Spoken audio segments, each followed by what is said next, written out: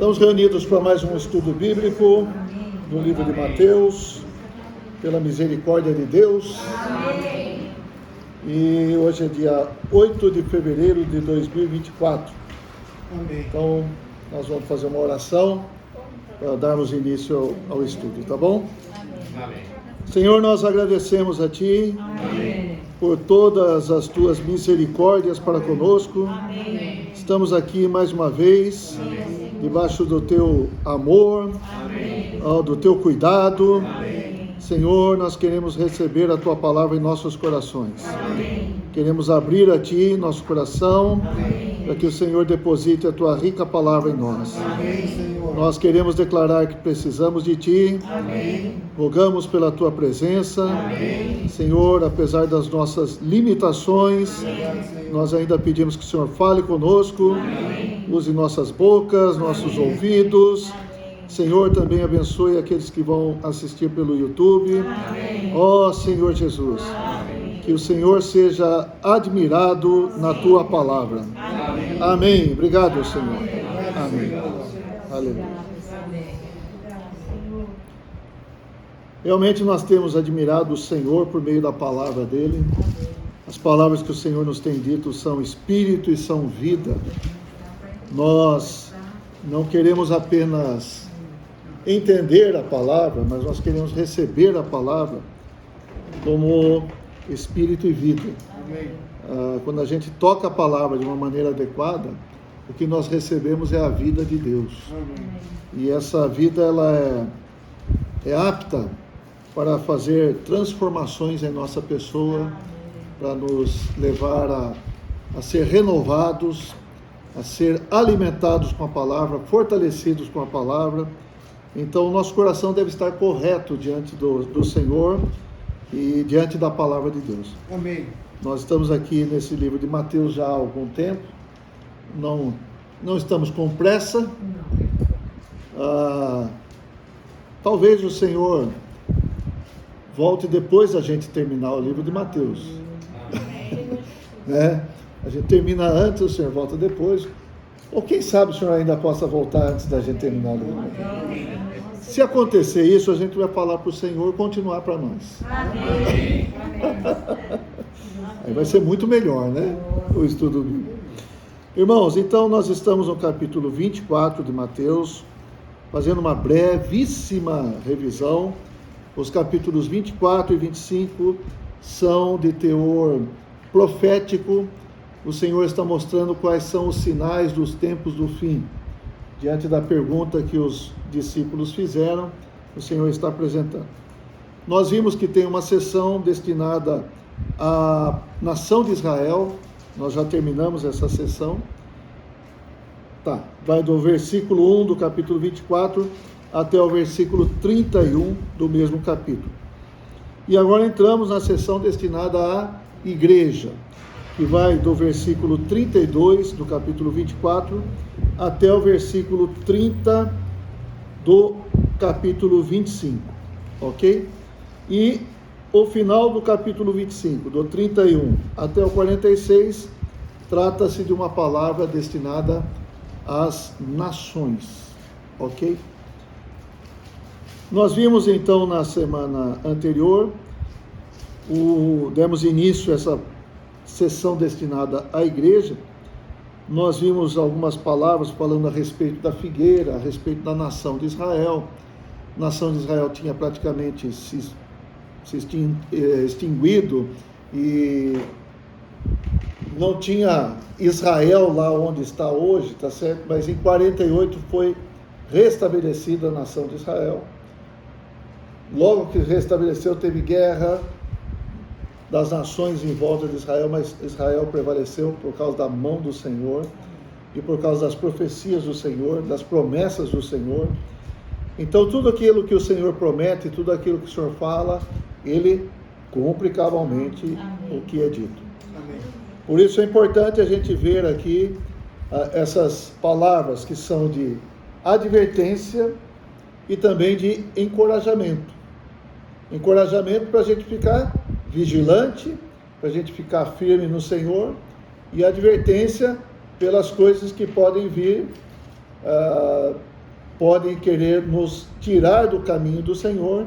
Então, nós precisamos ser advertidos por um lado e encorajados por outro. Amém. Nós temos no nosso futuro, nós podemos ter galardão ou disciplina. Ok? O nosso futuro, como cristãos genuínos, quem recebeu o Senhor é um cristão genuíno, jamais será a perdição eterna. Esse futuro é só para os incrédulos. Uma vez que nós recebemos o Senhor, nós podemos ter, então, no futuro, a recompensa, o galardão, ou então vamos ter uma disciplina ou uma punição. Mas na eternidade, todos os cristãos estarão juntos na Nova Jerusalém. Amém. Novo céu e nova terra. Daí é desfrutar pela eternidade. Então vamos lá. Nós vimos também que no tempo do fim será como nos dias de Noé. As pessoas estavam distraídas. Noé entrou na arca, começou a chover, daí, o que está acontecendo, né? Mas aí já era tarde demais. E no nosso tempo as pessoas também estão distraídas. Mas antes da grande tribulação, haverá um arrebatamento, que nós vimos. Então, 2 cristãos estarão no campo, 2 irmãs estarão no moinho. Uma será tomada e a outra será deixada. Quem será tomado serão aqueles que estarão maduros, prontos. E aí nós temos algumas parábolas que nós vamos ver aqui para frente, que nos ajudam a entender quais são as características daqueles que estarão maduros e as características daqueles que não estarão maduros. Ok? Nós vamos entrar, antes de entrar no capítulo 25, nós temos que terminar o capítulo 24 a partir do 45. Amém? Amém. Então, capítulo 24, capítulo 45.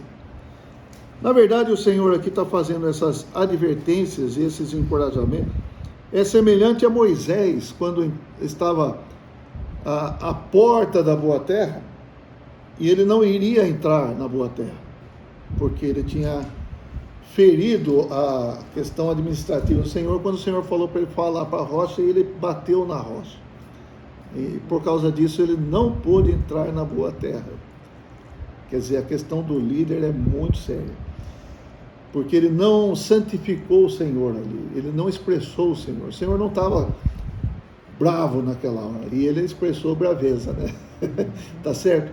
Então, mas de qualquer forma, olha só o coração de Moisés. Antes de entrar na boa terra, ele reuniu o povo lá, e o 5º livro de Moisés chama-se Deuteronômio.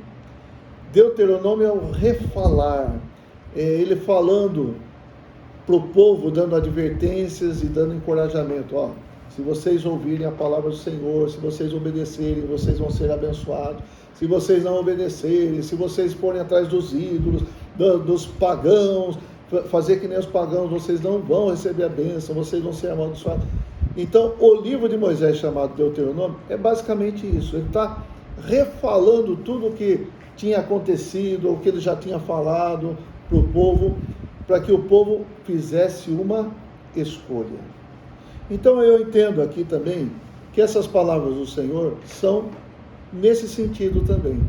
O Senhor quer nos deixar claros para nós fazermos uma escolha. Amém. Amém? E essa escolha é muito importante para a nossa vida. Vamos ver então? Então o Senhor vai mostrar o lado positivo e o lado negativo. Vamos lá. Versículo 45. Quem é, pois, o servo fiel e prudente, a quem o Senhor confiou os seus conservos para dar-lhes o sustento a seu tempo? Bem-aventurado aquele servo a quem seu Senhor, quando vier, achar fazendo assim. Em verdade vos digo que lhe confiará todos os seus bens. Então o Senhor está falando de uma maneira positiva aqui. Está falando do servo fiel, prudente, que dá sustento para os conservos, que faz isso, e quando o Senhor voltar, ele vai estar fazendo isso, certo? Ele não vai ser pego de surpresa, ele estará fazendo isso, e o Senhor vai fazer o quê? Confiar todos os seus bens. Então é isso que está nesse trechinho que a gente leu. Então eu queria falar para os irmãos, servo, nós somos servos? Somos ou não? Somos. E ainda assim, se nós não somos servos de Deus, nós somos servos de outros. Então nós somos servos de Deus, né? O inimigo veio para usurpar o homem. Quem é o inimigo? Satanás. Ele usurpa o homem que não tem Deus. Na verdade, o homem sem Deus não tem força para ir contra a manipulação, contra a massificação que o inimigo faz com a sociedade. Tem força? Não. É o estouro da boiada. Já viu o estouro de boiada? Já? Tem como você sair da fila dos bois? Não tem, né? Eu não vou querer andar, vou ficar parado aqui. O boi fala assim, fica parado? Não. Tá todo mundo indo para lá, vai todo mundo para aquele lado. Nem sabe para onde vai, mas está indo. Não é assim? A sociedade é a mesma coisa. E quem dita essas regras é Satanás. De uma maneira ou de outra, ele sabe capturar o coração das pessoas e enganar as pessoas e ludibriar as pessoas e levar para distante de Deus. Então, quem não é servo de Deus é servo do pecado, é servo de Satanás. Vou ler aqui para vocês, Efésios capítulo 1, capítulo 2. Então,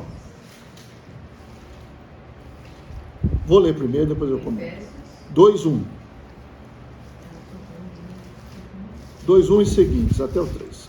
Ele vos deu vida, estando vós mortos nos vossos delitos e pecados, nos quais andastes outrora, segundo o curso deste mundo, segundo o príncipe da potestade do ar, do espírito que agora atua nos filhos da desobediência, entre os quais também todos nós andamos outrora, segundo as inclinações da nossa carne, fazendo a vontade da carne e dos pensamentos, e éramos por natureza filhos da ira, como também os demais. Nós saímos dessa fila. Amém? Amém? Nós andamos nessa fila. A gente estava nesse curso do mundo, mas agora nós recebemos vida. Amém. O que pode nos tirar desse curso é vida. Quando você creu no Senhor, você recebeu vida. Então aí você tem força para sair dessa fila, desse estouro da boiada. Por que nós estamos aqui numa quinta-feira reunidos em torno da palavra de Deus? Porque saímos dessa fila. Aleluia. Senão nós estaríamos na fila fazendo o mesmo que todas as pessoas do mundo fazem. Não é verdade? Mas graças a Deus nós estamos aqui interessados na palavra de Deus. Amém. 1 João capítulo 5, versículo 19.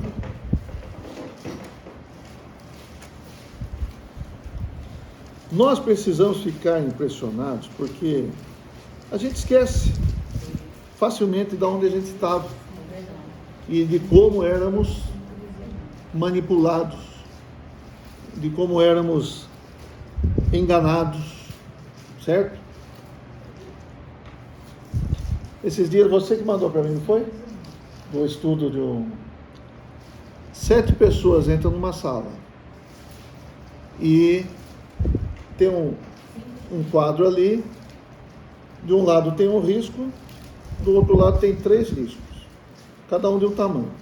Um desses 3 riscos é do mesmo tamanho desse aqui.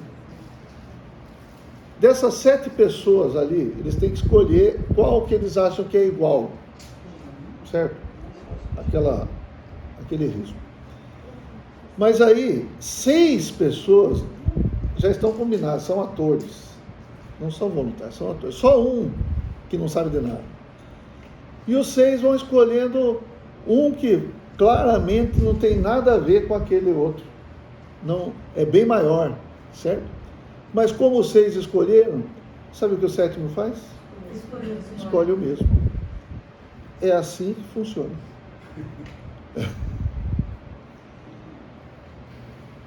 Satanás consegue capturar um grupo de pessoas e parece que quem está junto não tem força para ir contra aquilo, ser diferente daquilo.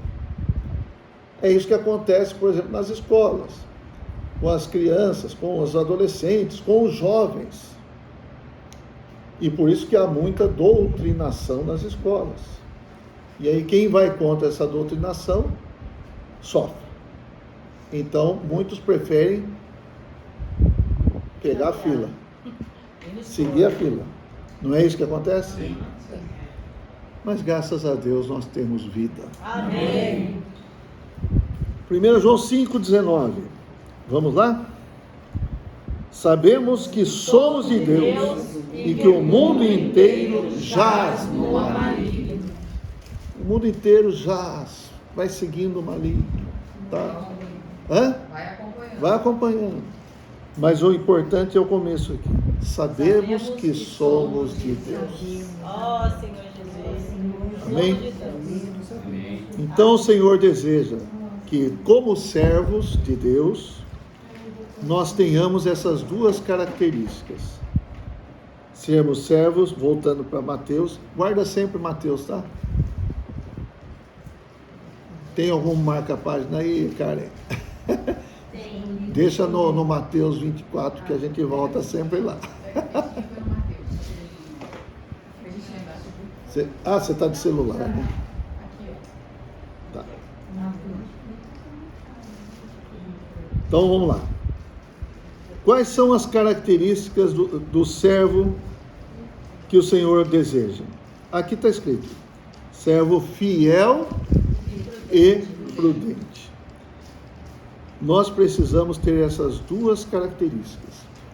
A fidelidade diz respeito à nossa relação com Deus. O que se espera de um servo? Fidelidade. Se eu falar para você fazer isso, o que você tem que fazer? Ser fiel e fazer isso. Certo? E bem feitinho. No exército, missão dada, missão cumprida. Pelo menos é o slogan, né? Aí tem que falar. Então Deus espera de nós a fidelidade. Fidelidade, essa palavra aqui eu peguei aqui, é ser verdadeiro, ser fiel. Pessoas que se mostram fiéis na transação de negócio, na execução de comandos, no desempenho de obrigações. Tá bom aí, tá certo? É alguém digno de confiança. Falamos de confiança hoje. É alguém digno de confiança. E aí, irmãos, nós somos dignos da confiança de Deus? Somos fiéis?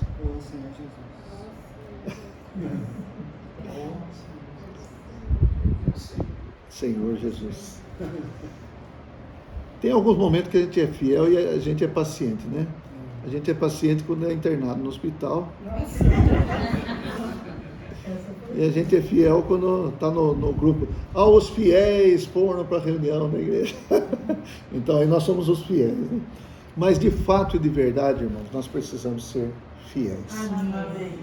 Nós queremos reinar com o Senhor, então essa é uma característica de quem vai reinar com o Senhor. 1 Coríntios 4, guarda aí, tá? 1 Coríntios 4.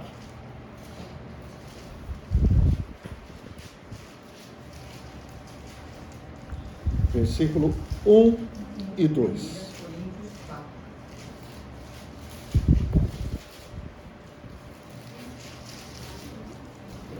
Capítulo 4, versículos 1 e 2. Assim, pois, importa que os homens os considerem como ministros de Cristo e despenseiros dos mistérios de Deus. Ora, além disso, o que se requer dos despenseiros é que cada um deles seja encontrado fiel. Despenseiro é alguém que cuida da despensa de uma casa e distribui os alimentos. É um mordomo, na verdade. Antigamente, essa figura do mordomo era presente nas casas lá dos coronéis. Enfim, nas casas da antiguidade aqui, né, no caso. Mas, até hoje, algumas casas têm mordomo. A minha não tem. Sei. Normalmente somos nós mesmos. Então, o mordomo, o despenseiro, o que se requer deles é que eles sejam encontrados fiéis. Fiéis ao Senhor. Quando falamos, irmãos, de reinar com Cristo os 1000 anos, é algo que a gente está projetando lá para frente. Talvez a gente não tenha uma ideia ainda muito clara disso, mas a Bíblia fala que nós vamos reinar com Cristo. Nós não estaremos ali como súditos. Não sei se vocês têm essa ideia. Entenderam? Que às vezes a gente tem a ideia de que nós seremos súditos do rei. Não. Na verdade, no reino milenar, quem participar do reino milenar, quem for premiado com esse reino, vai ser um co-rei com Cristo. Certo? O que um rei faz? Governa. Ok? Se Cristo governa e eu sou co-rei, eu faço o que também? Então veja, como que é uma coisa grandiosa isso. Governar com Cristo é ter, vamos falar assim, a mesma alma de Cristo. Já não estão entendendo o que eu estou falando? É ter a mesma alma de Cristo. O que Ele quer, o que Ele pensa, o que Ele gosta, o que Ele decide. Então nós vamos estar tão unidos com Cristo que seremos semelhantes a Ele. Amém. Isso está em 1 João, capítulo 3. Nós vamos ser semelhantes a Ele. Nós vamos estar, a nossa alma vai ser compatível, igual à alma de Cristo. Deu para entender? Sim. É para qualquer um? Então, hoje o que nós precisamos desenvolver? Fidelidade. Amém. Percebe como é importante? Se nós formos servos fiéis hoje, naquele dia nós vamos reinar com Cristo. Amém. Senhor Jesus. Então, aproveitando, né? Então, nós temos uma vida coletiva. Eu posso ter problema com os irmãos? Posso ter? Pode acontecer, né? Mas não é para ter. Como que não vai ter problema com os irmãos? Deixando a vida de Cristo crescer em nós. Se eu tiver problema com algum irmão aqui, será que o Senhor vai deixar eu reinar com ele? E eu e o Milton temos um problema. Nós dois vamos reinar com Cristo, mas nós temos um problema? E nunca tratamos esse problema? Nunca resolvemos, nunca reconciliamos? Não vai ter chance. Então também a nossa questão entre nós é importante. Amém. Aproveitando para falar isso, tá bom? Ó Senhor Jesus. Então a nossa fidelidade ao Senhor hoje precisa ser desenvolvida, e se há alguma coisa nós precisamos orar para o Senhor tratar com essa questão. Eu não consigo ser fiel ao Senhor, precisamos tratar. Precisamos pedir para o Senhor nos ajude a ser fiéis aqui. Então outra característica é servo fiel e prudente. A outra característica é prudência. Às vezes essa palavra nós não usamos tanto, não é? O que é ser prudente? O que é ser prudente? Alguém arrisca? Responsável? cauteloso, Diligente. diligente, zeloso, cuidadoso. Ainda não chegamos lá, mas não está descartado nenhum desses, tá? Mas, sábio, inteligente, fiel para com Deus, prudente para com os irmãos. Tratar os irmãos com prudência, com sabedoria. Aqui tem, os adjetivos são aqui, o sinônimo, inteligente, sábio e prudente, certo? O homem prudente, então vamos pegar lá, Mateus 7, para a gente também ter esse parâmetro, né? Mateus 7, 24. Isso, 24.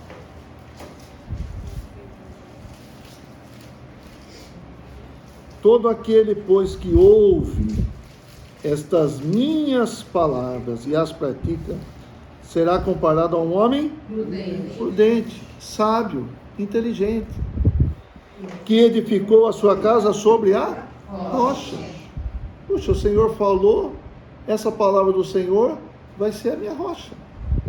A minha casa vai ser edificada sobre o que o Senhor está falando. Isso é ser prudente, inteligente.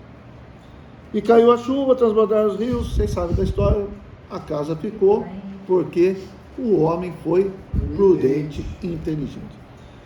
Eu comparo, às vezes, a questão do prudente com a questão das mães. Vou explicar.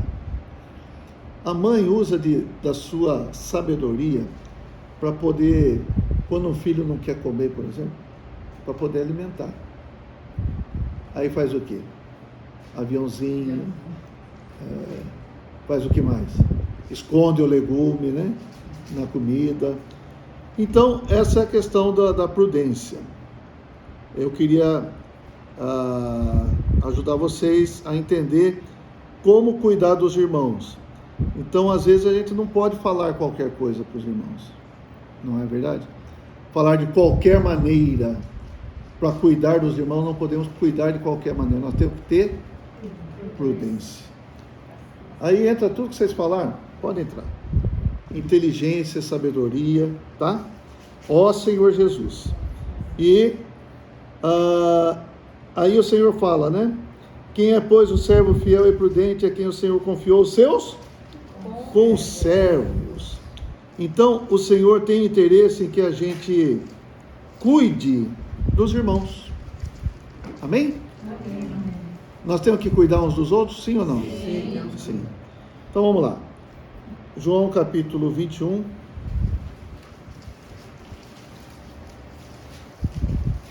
Versículo 15.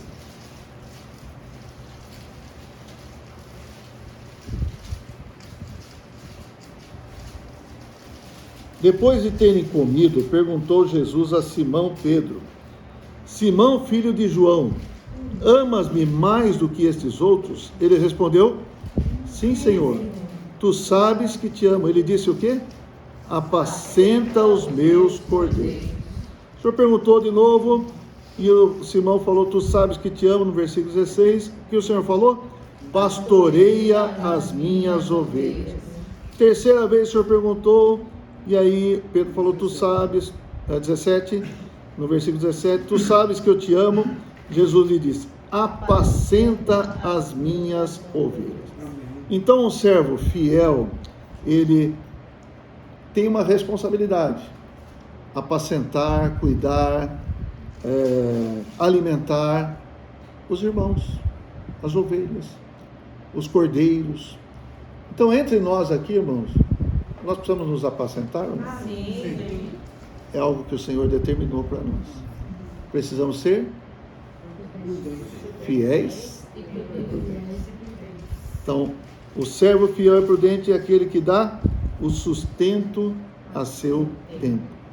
Irmãos, todos os irmãos precisam de comida. Não pode faltar alimento. E aí, todos os irmãos têm o mesmo crescimento, estão no mesmo estado? Não. Então, Talvez aquilo que você possa compartilhar com o irmão mais velho, você não possa compartilhar com o irmão novo, certo? Então, aí entra a prudência, aí entra a sabedoria. Mas você está alimentando. Ó Senhor Jesus, eu tenho que alimentar os irmãos e os irmãos têm que me alimentar. Amém? Então não vou falar muito mais a respeito disso, vamos partir para frente. Versículo 46 então. Bem-aventurado aquele servo a quem seu Senhor, quando vier, achar fazendo assim. Bem-aventurado. O que é bem-aventurado? Feliz. Quando o Senhor vier achar fazendo assim. Isso significa que esse servo fiel e prudente não faz isso só às vistas de alguém. Ele faz isso na sua vida. Irmãos, a nossa vida deve ser essa. Cuidar dos irmãos, cuidarmos uns dos outros, sermos fiéis e prudentes ao Senhor. O Senhor está voltando, aí correr atrás do prejuízo, né? Como diz, né? Correr, você está com problema aí, Sara, né? Então vou cuidar da Sara agora. Não, mas isso nós devemos fazer no nosso viver, no nosso dia a dia. Amém, irmãos? E quando o Senhor vier, que a gente não sabe quando é que o Senhor vem, mas nós devemos ser achados fazendo assim. Ó Senhor Jesus. Resumidamente, o que é? É a nossa vida da igreja. É o nosso igrejar, né? Nós cuidamos uns dos outros, nós alimentamos, nós servimos os irmãos. Então, tem questão de serviços práticos, tem serviço na palavra, tem uma série de coisas. Abrir a casa para ter um estudo, abrir a casa para fazer um chá, não é isso? É ser alguém que está fazendo assim, está cuidando dos irmãos, está alimentando os irmãos. Aleluia! Essa é a nossa vida, irmãos. Então, nosso crescimento nessa questão de fidelidade e prudência é que vai nos levar a receber esse elogio, bem-aventurado. O que significa bem-aventurado? Bem-aventurado é quem vai reinar com o Senhor, tá? Porque no 47 fala assim: em verdade vos digo que lhe confiará todos os seus bens. Então é aquilo que eu falei, reinar com o Senhor vai confiar tudo na nossa mão. Senhor Jesus. É coisa pequena? Não, é coisa grande. Ó Senhor Jesus. Quem é, pois, o servo fiel e prudente? O Senhor está procurando. Quem que é? Vamos ser, né? Amém. Vamos pedir para o Senhor. Vamos nos empenhar, buscar o Senhor. Agora vem o lado negativo, tá? 48. Mas se aquele servo, sendo mau, disser consigo: meu Senhor, demora-se, e passar a espancar os seus companheiros, e a comer e beber com ébrios, virá o Senhor daquele servo em dia em que não o espera, e em hora em que não sabe, e vai fazer o quê? Castigá-lo-á, lançando-lhe a sorte com os hipócritas. Ali haverá choro e ranger de dentes. Por que hipócritas? Porque aqui ele falou: o Senhor não está aí, não é verdade? O Senhor não está vendo? O Senhor está demorando? Então vamos comer com Zé, comer e beber com os ébrios, aqui com os bêbados, espancar os irmãos, tudo mais. Então isso é ser um hipócrita. Um hipócrita é alguém que faz um teatro, é um ator. Tirou a máscara, já é outra coisa. Entenderam? Esse é um hipócrita. E aqui fala: ali haverá choro e ranger de dentes. Ele é bem-aventurado? Não. Aí ele vai ser confiado todos os bens do Senhor? Não. Então ele vai ser lançado fora, vai ter, aqui fala, castigá-lo-á. Vai ser um castigo, vai ser uma punição, mas sempre se lembra, aqui estamos falando de cristãos. É um castigo, mas não é a perdição eterna, não é a segunda morte, não é o lago de fogo, tá bom? Amém? Por quanto tempo ele vai ficar ali? 1000 anos, apenas.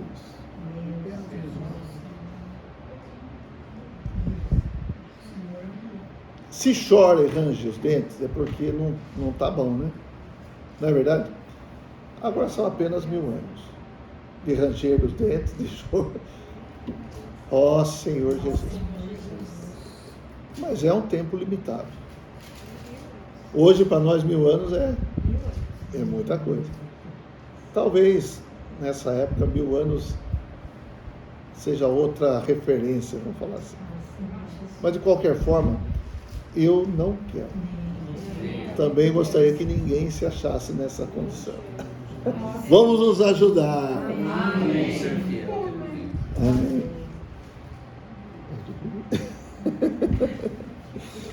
Capítulo 25. Agora entramos aqui numa uma parábola, certo?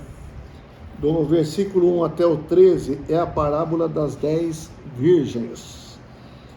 Eu vou ler o trecho todo para os irmãos, depois a gente vai comentar. Então o reino dos céus será semelhante a 10 virgens que, tomando as suas lâmpadas, saíram a encontrar-se com o noivo. 5 dentre elas eram nécias e 5 prudentes. As nécias, ao tomarem as suas lâmpadas, não levaram azeite consigo. No entanto, as prudentes, além das lâmpadas, levaram azeite nas vasilhas. E tardando o noivo, foram todas tomadas de sono e adormeceram. Mas à meia-noite ouviu-se um grito: eis o noivo, saía ao seu encontro. Então se levantaram todas aquelas virgens e prepararam as suas lâmpadas. E as nécias disseram às prudentes: dai-nos do vosso azeite, porque as nossas lâmpadas estão se apagando. Mas as prudentes responderam: não, para que não nos falte a nós e a vós outras. Ide antes aos que o vendem e comprai-o.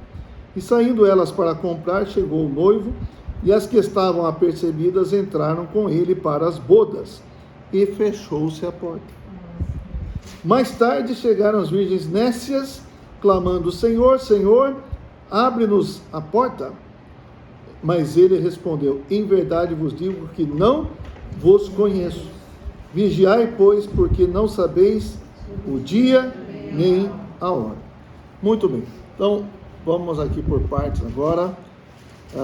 Tem detalhes aqui que a gente precisa trazer para os irmãos, tá certo? Aqui é o seguinte: essas virgens diz respeito à maioria dos cristãos. Por que maioria dos cristãos? Porque aqui é falado que essas virgens dormiram. Então diz respeito aos cristãos que morreram, dormiram no Senhor. Tá certo? Então tem mais cristãos que dormiram, mais cristãos que estão vivos. Por toda a história, deve ter muito mais cristãos que já dormiram. Tá certo? Então, diz respeito a esses irmãos que já dormiram no Senhor. Qual é a situação? Elas têm lâmpadas. O reino do céu será semelhante a 10 virgens que tomaram as suas lâmpadas. A que se refere isso? Naquele tempo, na antiguidade, as lâmpadas não eram assim. Você aperta o interruptor e acende a lâmpada. Como eram as lâmpadas? É tipo lamparina. E tinha que ter o azeite e um pavio ali para iluminar. Às vezes a gente fala daquela história para criança, né? A lâmpada de Aladim. Certo? Na verdade é um recipiente que tinha azeite dentro e saía um pavio ali que acendia para iluminar a escuridão, certo? Essas lâmpadas dizem respeito a quê?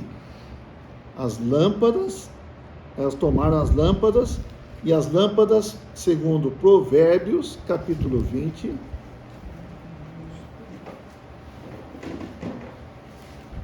versículo 27. Provérbios 20 e 27.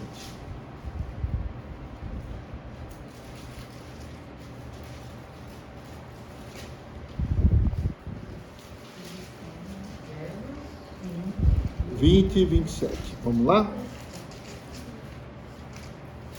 O espírito do homem é a lâmpada do Senhor, a qual esquadrinha todo o mais íntimo do corpo. Então, a lâmpada aqui também diz respeito ao espírito humano.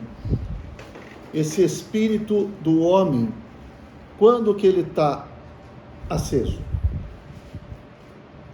Quando ele recebe o Senhor. Quando ele recebe o Espírito de Deus. Aquele que se une ao Senhor é um Espírito com ele. 1 Coríntios 6, 17. Então, quando nós cremos no Senhor, quando uma pessoa crê no Senhor, o espírito humano dela é ativado, é aceso. Então, essa é a lâmpada do Senhor. A lâmpada do Senhor. Então, aqui diz respeito ao nosso espírito humano que recebeu o Espírito de Deus. Por isso são crentes, são pessoas. Por isso estão falando aqui, virgens são comparados a crentes. É como Paulo fala em 2 Coríntios 11, porque vos tenho preparado como virgens para apresentar a Cristo. E Paulo está falando para quem? Está falando para os cristãos de Corinto. E aqui fala que são 10 virgens. Elas tomaram suas lâmpadas e saíram a encontrar-se com o noivo. Qual é o alvo delas? É o noivo. Qual é o desejo delas? Encontrar-se com o noivo. Esse deve ser o nosso desejo. Amém. Só que dessas 10 virgens, formam 2 grupos. 5, nécias. O que é nécia? Tola. 5, prudente. Nós já vimos que é prudente, é sábio, é inteligente. As nécias, ao tomarem as suas lâmpadas, não levaram azeite consigo. No entanto, as prudentes, além das lâmpadas, levaram azeite nas vasilhas. Então aqui está algo bastante importante para a gente entender. O azeite estar nas lâmpadas é que você se tornou um filho de Deus. Ok? Agora, você, além de ter o azeite nas lâmpadas, você ter azeite nas vasilhas, indica o quê? O azeite representa o Espírito. Então, você se tornou um filho de Deus, Deus entrou no seu Espírito, mas além do seu Espírito, você está abrindo o seu coração para Ele, e Ele está enchendo a sua alma. Tá certo? Então, ser prudente é deixar Deus encher a nossa alma. Amém. Nossa alma é mente, vontade e emoção. É a nossa pessoa. É deixar Deus dirigir a nossa vida. É deixar Deus tomar nossos sentimentos, preencher nossos sentimentos, preencher nossos pensamentos. Tá certo? Então, isso é ser prudente. Isso é ser sábio. Isso é ser inteligente. Romanos 12 fala algo assim.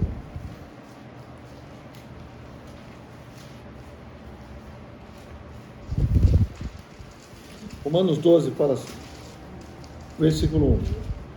Rogo-vos, pois, irmãos, pelas misericórdias de Deus, que apresenteis o vosso corpo por sacrifício vivo, santo e agradável a Deus, que é o vosso culto racional, ou é o serviço mais racional que você tem. Ou seja, é lógico, é algo inteligente você se apresentar para Deus. E aí no 2 fala assim, e não vos conformeis com este século, mas transformai-vos pela renovação da vossa mente, para que experimenteis qual seja a boa, agradável e perfeita vontade de Deus. Nossa mente precisa ser renovada. E aqui fala, transformai-vos. nossa mente sendo renovada, nós vamos ser transformados. Esse ser transformado é o Senhor tomando conta do nosso interior. Amém. O Senhor enchendo o nosso interior. As nossas vasilhas. Romanos 9.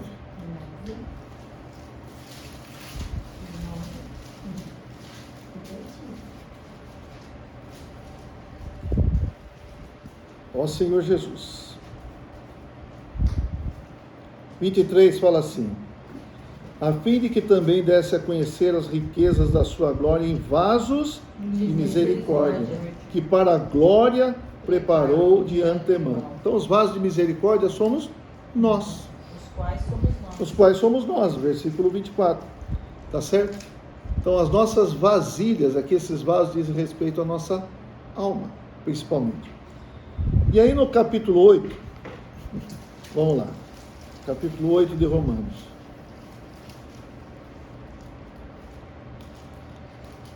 Versículo 16 fala assim: o próprio Espírito testifica com o nosso Espírito que somos filhos de Deus. Então, o Espírito, que é o próprio Espírito aqui com letra maiúscula, entra no nosso Espírito e testifica, testemunha que nós somos filhos de Deus. Agora veja o 14. Pois todos os que são guiados pelo Espírito de Deus são filhos de Deus. Então aqui tem uma coisa a mais: o Filho de Deus é guiado pelo Espírito de Deus. Então esse ser guiado é a mesma coisa de ter a vasilha enchida, cheia. Não só tem a lâmpada lá acesa, mas a vasilha, o vaso também está cheio. A nossa alma está sendo cheia do Espírito. Amém. Amém, irmãos? Amém. Então, qual é a diferença entre as nécias e as prudentes? As nécias são aquelas que receberam o Senhor, sim, mas são guiadas pelo Espírito. Não. Entenderam? A vasilha está cheia? Não. Agora as prudentes enchem as vasilhas. Encher as vasilhas. Nós queremos ser? Voltando para Mateus 25. Ó Senhor Jesus.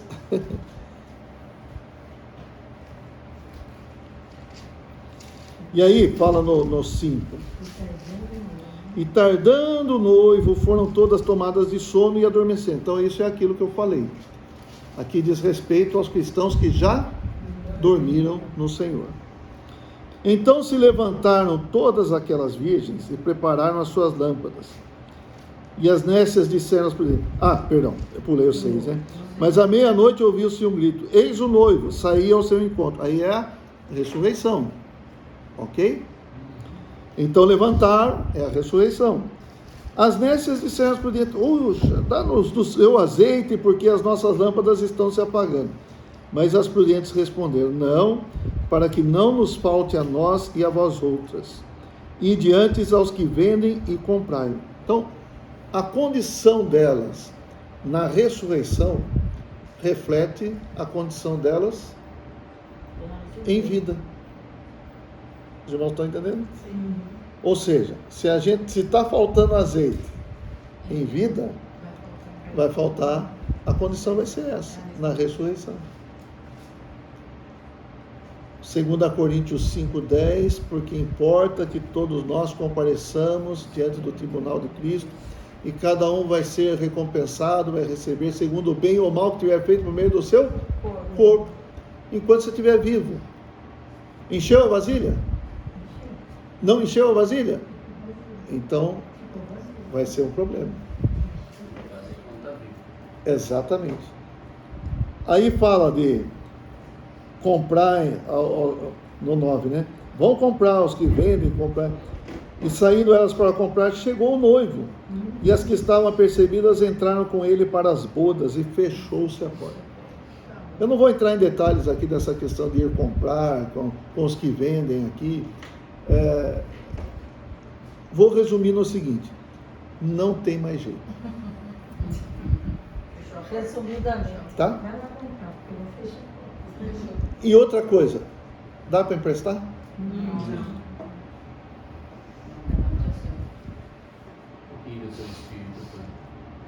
Não dá para emprestar.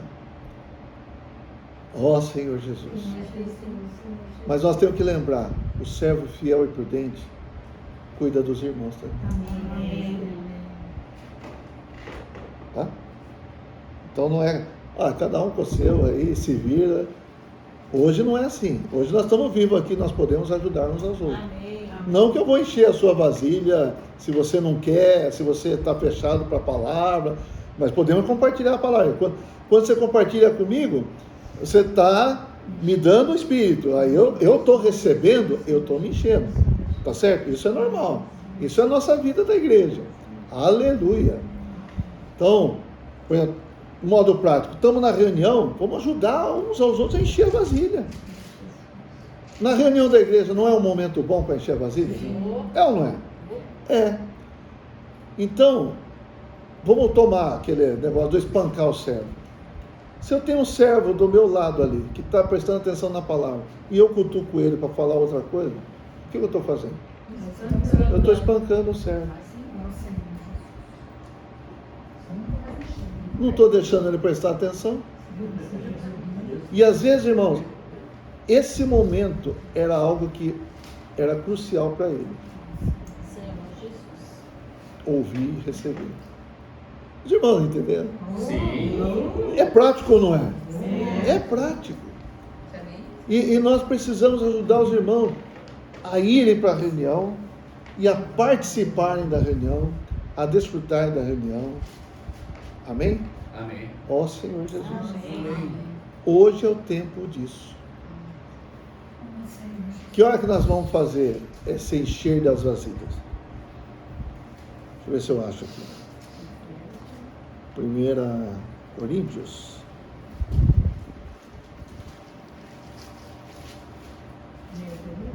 Deixa eu ver aqui.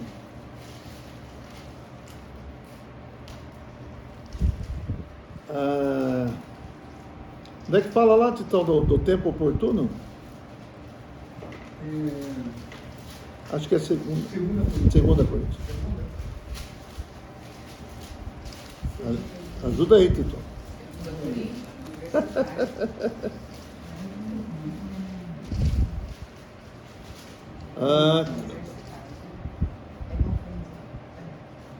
Assim, 6.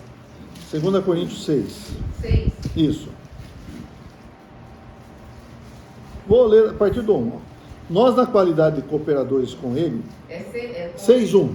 2 Coríntios. Nós, na qualidade de cooperadores com ele, com quem? Com Deus, sendo fiéis e também sendo prudentes. Também vos exortamos a que não recebais em vão a graça de Deus. Amém. Porque ele diz, eu te ouvi no tempo da oportunidade e te socorri no dia da salvação. Vamos ler juntos agora? Eis agora o tempo sobremodo oportuno, eis agora o dia da salvação. Não chegou, Carmen? Não deu tempo? Desculpa, Carmen. É agora o tempo, irmãos, de encher as vasilhas. Nós nos ajudamos uns aos outros. Agora podemos ou não? Podemos. Agora nós podemos. Aqui fala, exortamos uns aos outros. Vos exortamos. A exortar parece que às vezes é pegar um chicote e... Não é. Encorajar. Melhor essa palavra? Nós encorajamos os irmãos. Com prudência. Amém? Ó Senhor Jesus. Então, irmãos, é o tempo de encher nossas vasilhas. Senhor Jesus. Vamos lá, voltando para Mateus 25. Bom, o noivo já chegou, né? Versículo 11, então. Vou ler o 10 para pegar o fio. E saindo elas para comprar, chegou o noivo, e as que estavam apercebidas entraram com ele para as bodas, e fechou-se a porta.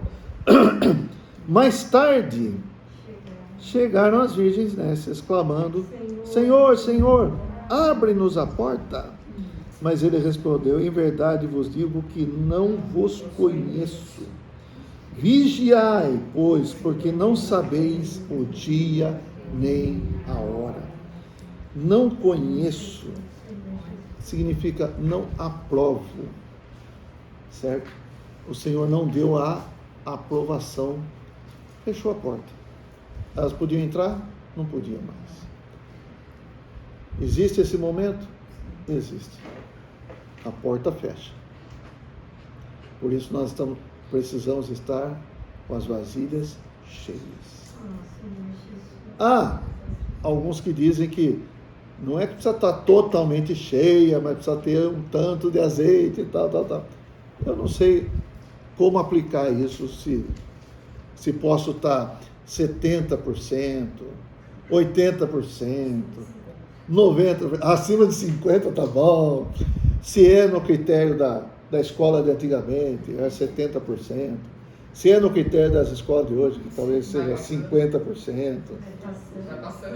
Vai empurrando. Tá?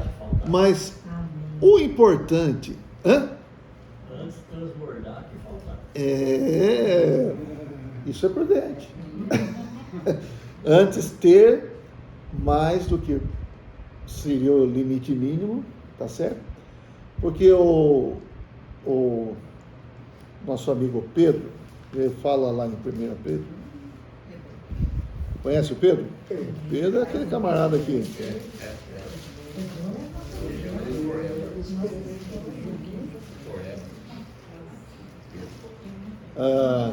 Na verdade, 2 Pedro.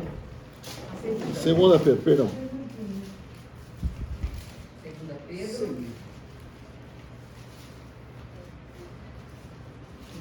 2 Pedro, capítulo 1.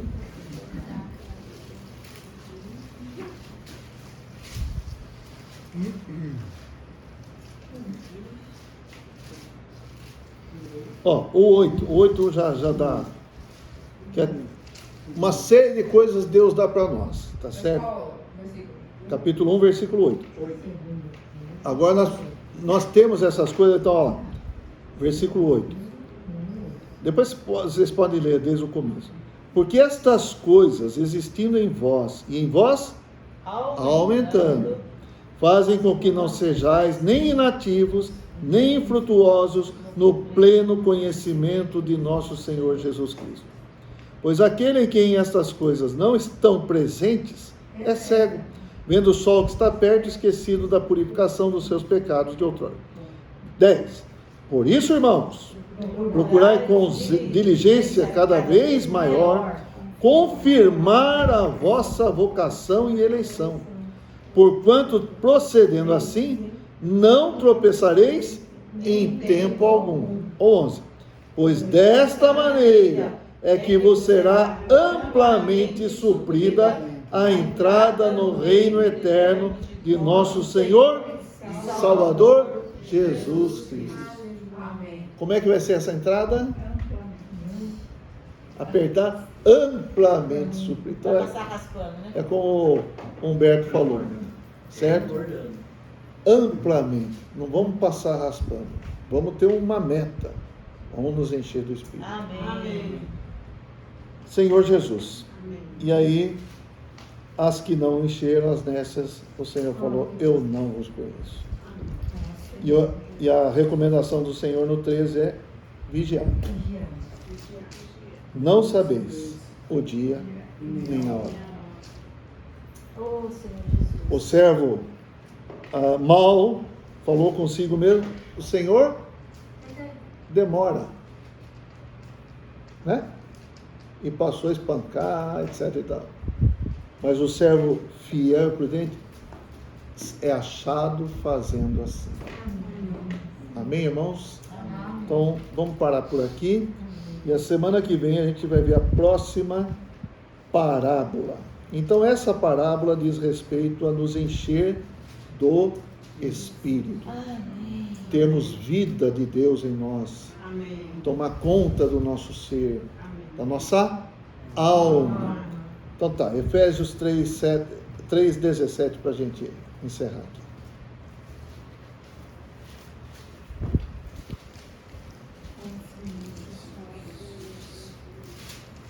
Vamos ler juntos? Espero, dessa vez eu vou esperar.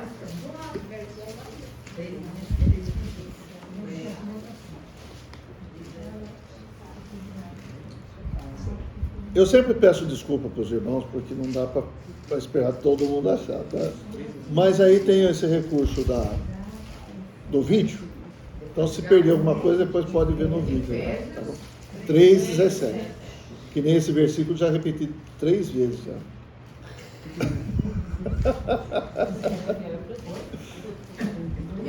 Não, nada. Depois você vê no vídeo. Estou brincando. Oh, Senhor. Fiel e prudente. Então vamos lá. Efésios 3,17. E assim, vamos ler junto. E assim habite Cristo no vosso coração pela fé, estando vós arraigados e alicerçados em amor. Então aqui, atenção. Habite Cristo no vosso espírito. Só no espírito? Não. No vosso coração. Coração engloba parte do espírito, a nossa alma também. Nossa alma, mente, vontade e emoção. O Senhor precisa encher nosso coração. O coração é que nos leva aonde o coração quer. O homem vai aonde o coração manda, não é isso? Se o coração manda para cá, ele vai para cá. Se o coração manda para lá, ele vai para lá. Então, essa é a chave, vamos falar assim. O nosso coração precisa estar cheio de Cristo. Cristo habitando no nosso coração. Amém? Amém. Ó Senhor Jesus. Amém.